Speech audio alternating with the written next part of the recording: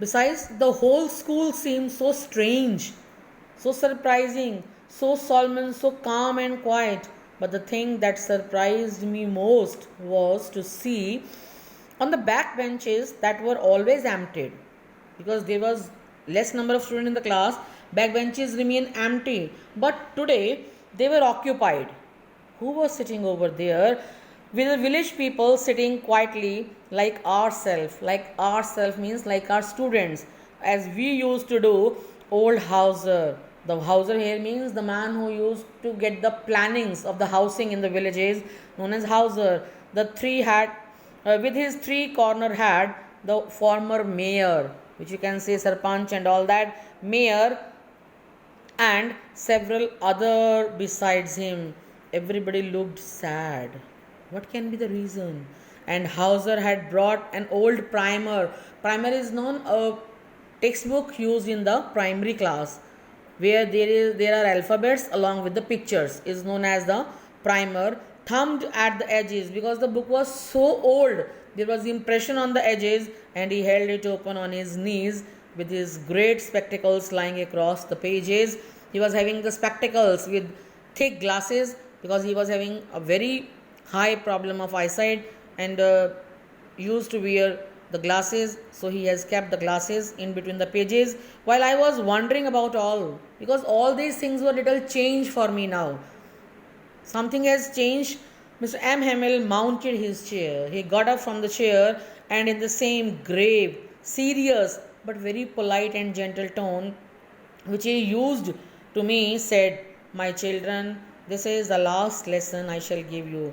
But underline these lines from here, the lines in the quotes. You are to keep in mind, and you are supposed to quote these lines whenever you get a question related to M. Hamill from this chapter. So, my children, this is the last lesson I shall give you.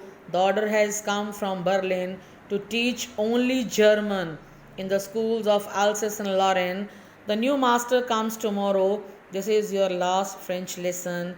I want you to be very attentive. What a thunderclap these words were to me. Thunderclap means something that happens suddenly. Asman toot padna, which you call. This is the last French lesson. What does it mean? Oh, the wretches, those who have given that message on the bulletin board, they are the duffer people, they are the bad people. That was what they had put up on the town hall. Exclamatory. Now he has come to know what has happened, why there was such a great crowd. My last French lesson? Why? I hardly knew how to write. Franz was talking to himself. I never planned, I never thought how to start writing now. I should never learn anymore. That means if I don't know anything right now about French, now I won't be able to learn because this is the last French lesson.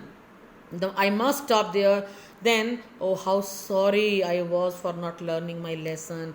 Now he was realizing his mistake, that throughout he has never tried to learn his language. He just keep on postponing the things. Put on tomorrow, I'll do it tomorrow, I'll do it tomorrow. Because never think about tomorrow. Tomorrow never comes. Whatever you want to do it right now. Do it today. Sorry I was for not learning my lesson, for seeking birds' eggs. What I prefer to do, I used to go and watch the bird's egg, or going sliding on the stars, taking the seesaw. My books that had seemed such a nuisance, such a trouble, such a burden for me, now so heavy to carry. I never liked to bring my books to the school. My grammar and my history of the saints were old friends now that should give up. I have to leave it all now. Give up. Because from tomorrow I start the German language, that I should never see them again. And Amhamel too, the idea that he was going away. Just thinking, the teacher who has been teaching for the last so many years, now he is going to leave the school. And Amhamel too, the idea that he was going away, that I should never see him again. Just thinking, he had so much attachment now of the teacher, made me forget all about his ruler and how cranky, which you call crazy, sunky about something he was. I simply forget about his rude nature, how he treated me, but poor man. Now I was thinking about Mr. Hamill. It was in honor of this last lesson, perhaps, that he had put on his fine Sunday clothes, his party wear dresses, his special dress he is wearing now because this is the last day in the school. And now I understood why the old man of the village were present there, why they were sitting there in back of the class. It was because they were sorry too. Why? They couldn't get a chance to go to school, they couldn't get a chance to learn their language, but they had not gone to school more. It was their way of thanking our master for his 40 years of thankless services, because he had spent 40 years of his life giving education here in this school. So they were all here to pay their respect, regard, gratitude, and thanks, you can say, to this man for doing faithfully his services and showing their respect for the country that was now theirs no more. It was to show the regard towards France also, because now they are no more Frenchmen. While I was thinking of all this, Franz was lost in his thoughts, thinking about all things. I heard my name called. Mr. M. Hamill asked me. It was my turn to recite. What? Recite the rules of the participles. What would I not have given to be able to say that dreadful rule for the participle all through? I was supposed to speak all the rules of participles in one go without any break, very loud and clear, and without one mistake even. But I got mixed up. Mixed up means I got confused. I forgot all on the first word and stood there holding on to my bench, my heart beating, because I was expecting that now I will be scolded by the teacher, but nothing of that happened.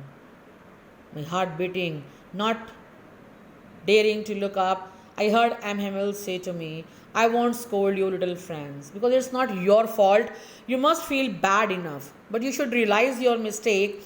Bad enough? Why? See how it is. Every day we have said to ourselves what we used to say to ourselves, that we'll do it tomorrow. Bah, we have plenty of time. I'll do it tomorrow. No need to be in a hurry. And now you see where we have come out. If we just keep on putting the things until tomorrow, we never come to any conclusion. That becomes the end. And now these fellows, that means those Germans out there, these fellows out there will have the right to say to you, because they are the honors now, they are the rulers now, they have got the right to tell us, to ask us, what? Oh, how is it you pretend to be Frenchman? Pretend to be means to show off. You show that you are Frenchman, and yet even then you can neither speak nor write your own language. I told you when I was discussing the summary, we all say that we are Indians, but how many of we are able to speak and write Hindi in a proper way? But you are not the whole words. Poor little Franz, we'll all a great deal to reproach ourselves with. We are all to blame ourselves for not learning our language.